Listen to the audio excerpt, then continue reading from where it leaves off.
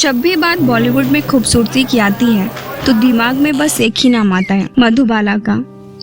मधुबाला, जिन्हें Venus of Indian cinema भी कहा जाता है। इस वीडियो में हम बात करेंगे कि कैसे मधुबाला ने बाकी अभिनेत्रियों की छवि को धुंधला कर दिया और फिल्म इंडस्ट्री ने सिर्फ एक ही नाम याद रखा, वो थी मधुबाला को। आज हम बात करेंगे ऐसी 5 अदाकाराओं की जो किसी भी मायने में मधुबाला से कम नहीं थी, मगर उनके हुनर और उनकी खूबसूरती को वो मुकाम नहीं मिला जिसकी वो असल में हकदार थी। पहले नंबर पर आती हैं सुरैया।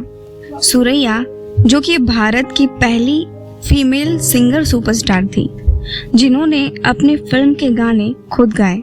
और सुरैया के खूबसूरती के लोग इस तरह दीवाने थे कि जब वो निकलती थी तो मुंबई की सड़कें जाम हो जाया करती थी, सिर्फ उनको एक नजर देखने के लिए।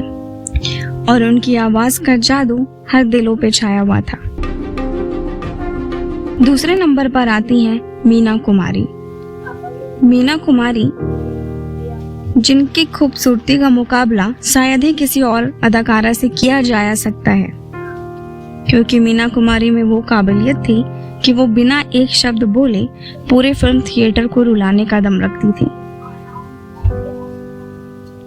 लेकिन बदकिस्मती से उनका ये रूप किसी ने नहीं देखा और महज उनको एक सफेद सी उस समय की सबसे ज्यादा एक्टिव स्टार थी, जो अपने काम को पूरे लगन से किया करती थी।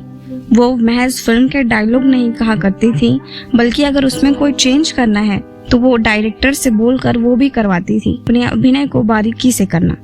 इसके साथ साथ मीना कुमारी एक बहुत बेहतरीन शायरा भी थी, जो कि अपनी शायरी, अपने दिल की बातें शायरी के रूप में लिखा करती थी। लेकिन उन्हें महज एक ट्रेजेडी क्वीन का टैग दे करके बॉलीवुड में समेट कर रख दिया गया। अगला नाम नलिनी जयवंत। नलिनी जयवंत एक ऐसी अदाकारा थी जिनका फैशन सेंस और मॉडर्न लुक इस समय की हीरोइंस पर भी भारी पड़ सकता है। उनका फेस ऐसा था जो कैमरा के हर एंगल से परफेक्ट दिखता था। सदी के महानायक दिलीप कुमार ने खुद ये कहा था कि नलिनी की आंखें इतनी खूबसूरत है कि शूटिंग के वक्त उनसे ध्यान हटाना बेहद मुश्किल होता है। लेकिन नलिनी जयवंत एक गुमनामी के अंधेरे में खो गई और उनका अंत भी बेहद दर्दनाक तरीके से और गुमशुदा होकर। अब नाम 70 के दशक की सुलक्षणा पंडित की।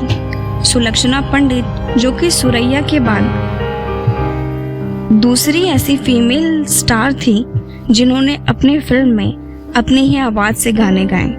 उन्होंने ज्यादा फिल्में नहीं की, लेकिन जितनी भी फिल्में की उसे पूरी शिद्दत से निभाया। सुलक्षणा पंडित की बड़ी बड़ी और गहरी आंखें शायद ही हमें किसी और अदाकारा में मिली हो। उनका मासूम सा चेहरा और उनकी भोली सी आवाज गुमनामी के अंधेरे में कहीं खो गई। लोगों ने उनका डिप्रेशन का तो मजाक उड़ाया, लेकिन उनकी खूबसूरती और कला को सम्मान देना भूल गए।